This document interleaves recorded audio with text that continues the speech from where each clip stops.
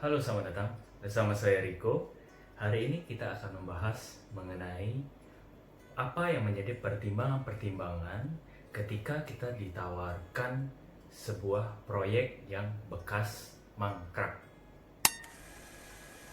Jadi beberapa waktu yang lalu, saya ada ditanya oleh perusahaan A untuk membantu mensupport mereka dalam penyediaan scaffolding.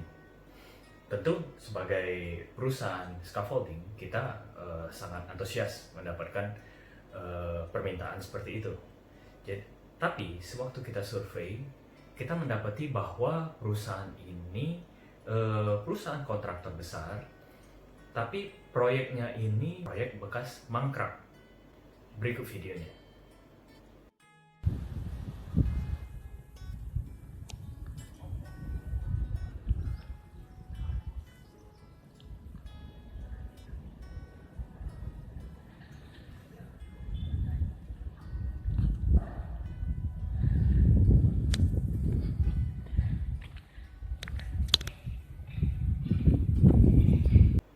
Nah, menurut Anda, apa yang harus kita pertimbangkan ketika kita mendapatkan permintaan dari proyek yang seperti ini?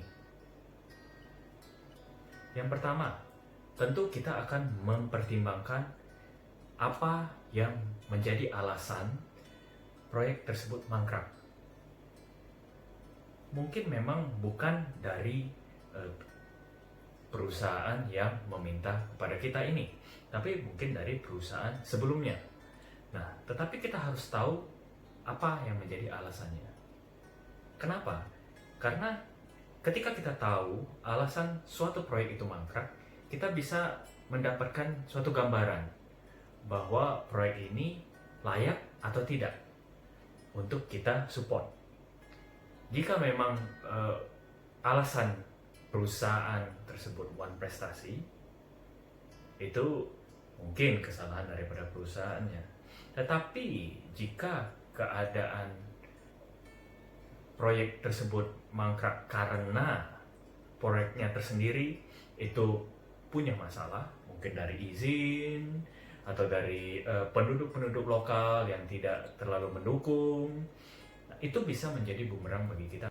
Pertimbangan kedua adalah perusahaan yang meminta kepada kita. Background perusahaannya itu seperti apa? Apakah mereka mempunyai track record yang baik? Apakah mereka mempunyai cash flow yang cukup? Itu semua akan menjadi pertimbangan-pertimbangan untuk kita. Karena perusahaan tersebut yang sudah sekarang mengambil alih atau mengambil tanggung jawab pada proyek bekas mangkrak itu. Yang ketiga adalah jumlah permintaan kebutuhannya. Perusahaan A dalam hal ini datang kepada kita dan memberikan permintaan yang cukup banyak. Semakin banyak permintaan yang datang ke suatu perusahaan, terutama material, dalam hal ini adalah scaffolding, itu menjadikan semakin besar pula resiko yang akan kita tanggung. Karena ketika misalnya proyek itu tidak berjalan atau one prestasi, perusahaannya one prestasi, maka kerugian yang ditanggung kita akan tentu lebih banyak. Tetapi jika permintaannya sedikit, maka resiko yang kita tanggung juga pasti lebih sedikit.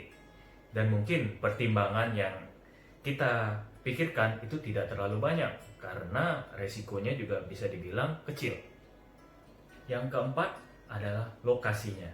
Jika lokasi proyek tersebut jauh dari jangkauan kita, maka kita juga harus memperhitungkan berapa kos ke sana dan juga resiko yang akan kita tanggung.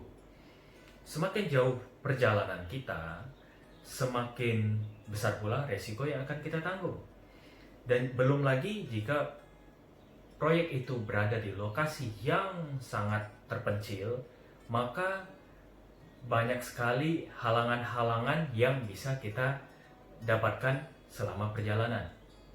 4 pertimbangan ini menjadi pertimbangan yang sangat mendasar ketika kita mau mengambil sebuah proyek yang bekas mangkrak. Semoga membantu. Jika Anda memiliki pertimbangan-pertimbangan lain yang menurut Anda cukup penting, bisa Anda tuliskan di kolom komentar di bawah ini. Dan jika Anda merasakan mendapatkan manfaat di video ini, tolong bantu kami untuk share video ini ke teman-teman Anda. Dan jangan lupa untuk like dan subscribe di channel kita. Terima kasih.